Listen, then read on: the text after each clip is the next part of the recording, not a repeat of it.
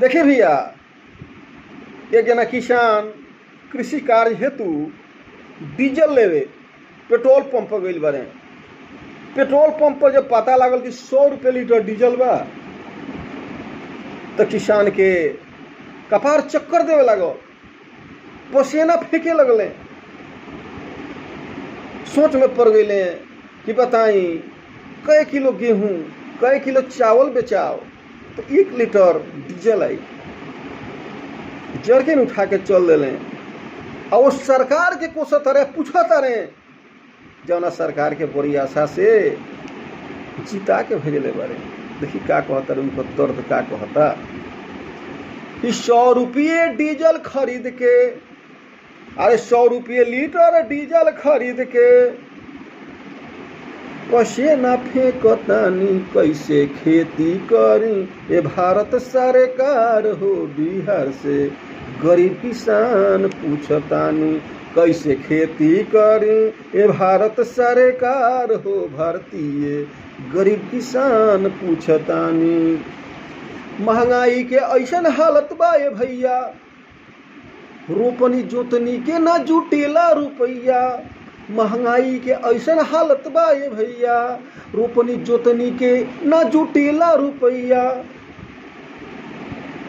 खेत के कुदारी से कोरतानी, कैसे खेती हो ये भारत सरकार हो। बिहार से गरीब किसान पूछतानी, कैसे खेती करी ये भारत सरकार हो।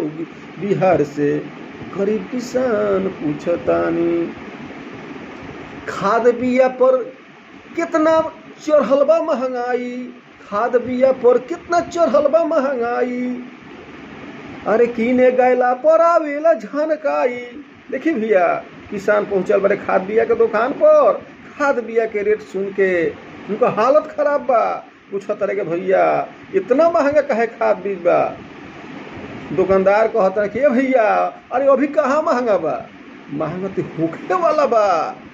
पता लगता कि सरकार खाद बिया पर से सब्सिडी हटा ली।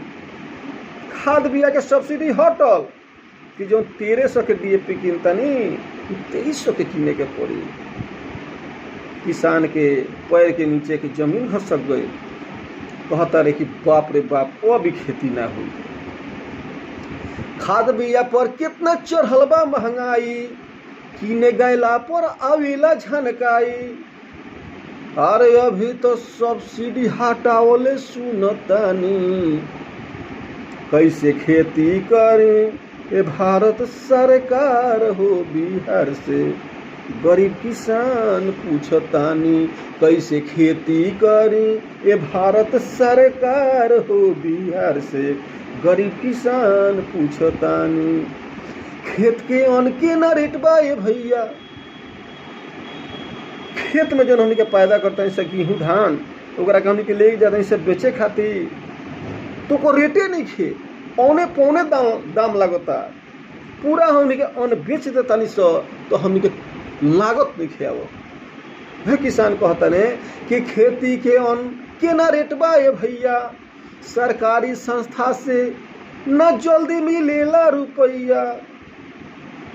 अरे बैठ के झोंक मारतानी, कैसे खेती करी ए भारत सरकार हो। बिहार से गरीब किसान पूछतानी, कैसे खेती करी भारत के सरकार हो। बिहार से गरीब किसान पूछतानी, घूसखोर बिचवलियन के चांदी बा ए भैया।